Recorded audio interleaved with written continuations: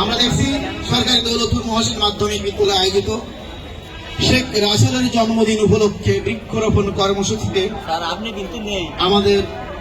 শিক্ষক, প্রধান শিক্ষক মহোদয়, শিক্ষক মন্ডলী এবং ছাত্র বিএনসিসিদের সমন্বয়ে বৃক্ষরোপণ কর্মসূচি চলছে এবং আমাদের রিতেশ বাবু